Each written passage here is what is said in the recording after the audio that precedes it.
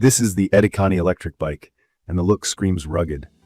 The frame is thick aluminum with a semi-integrated battery along the down tube, a long rear swing arm, and 26 by 4-inch fat tires that fill the fork and rear triangle. The color is black with blue accents.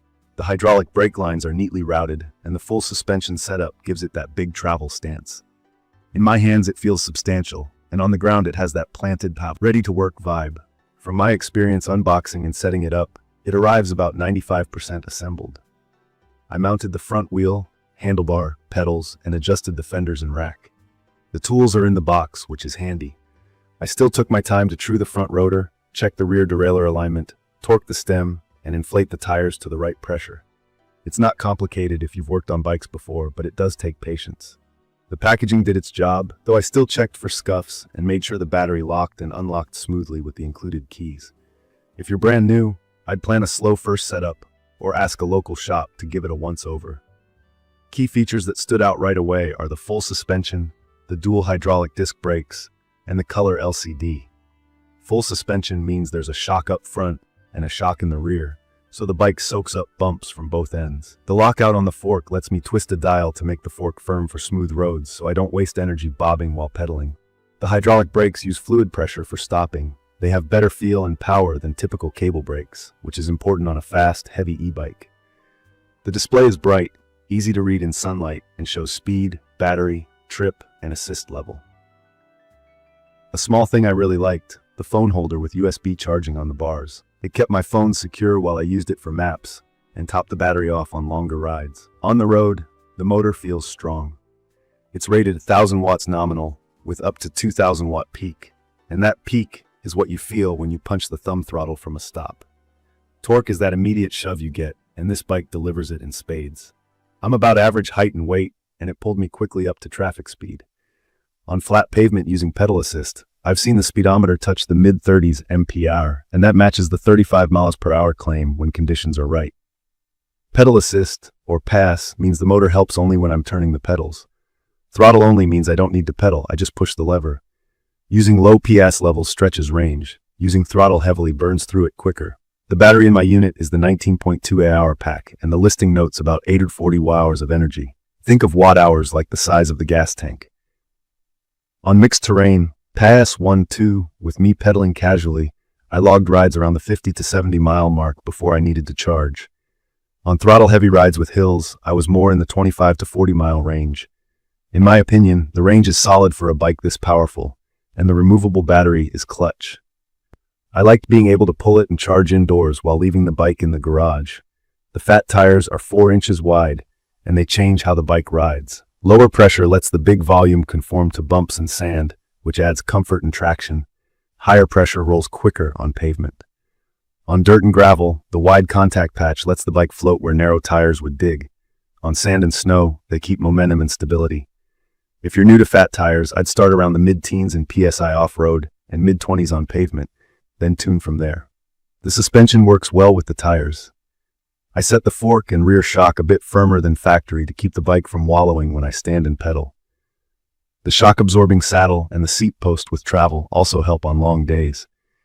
It doesn't feel like a nimble trail whip. It feels like a confident all-terrain cruiser that steamrolls chatter and lets me ride longer with less body fatigue.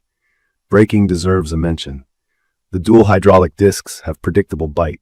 After bedding in the pads, a few controlled hard stops to heat cycle them, they hauled me down from 30 miles per hour with room to spare.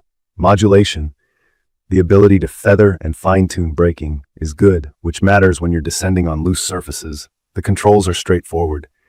Shimano 7-speed shifting is familiar, and the thumb throttle is easy to reach without moving my hand. The light package is better than I expected.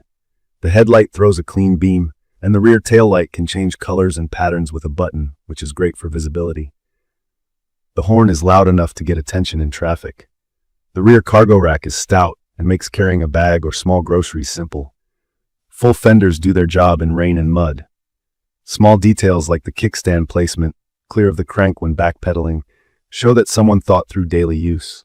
There are a few trade-offs. The bike weighs a little over 60 pounds. That stability is awesome while riding, but it's a handful if you need to carry it upstairs or lift it onto a tall car rack. The frame size and overall stance favor average to taller riders. Shorter riders can still make it work with seat adjustments, but the bike's footprint is big and it feels long and tall. Steering isn't quick in tight switchbacks.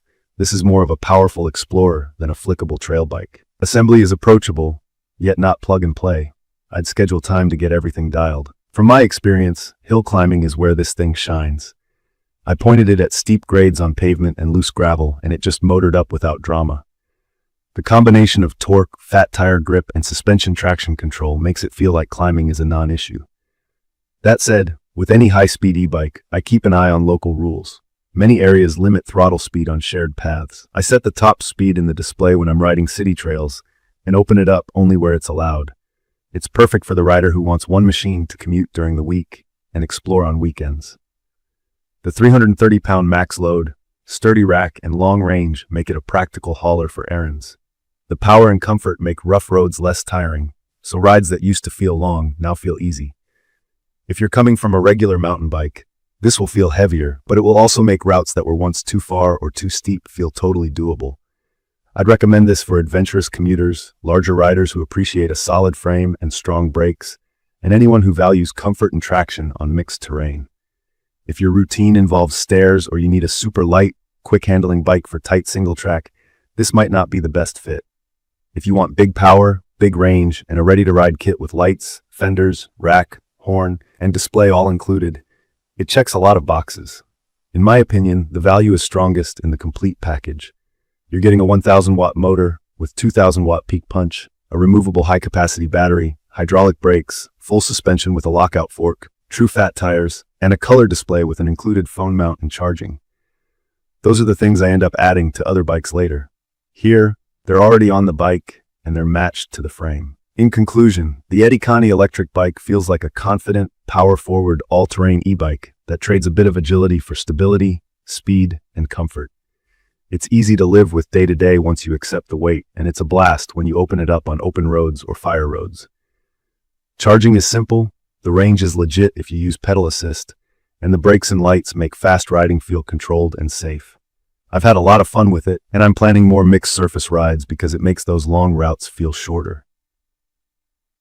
If this video helped, subscribe for more honest ride tests and simple setup tips, and drop a comment with your questions or what you want to see next. Thank you for watching.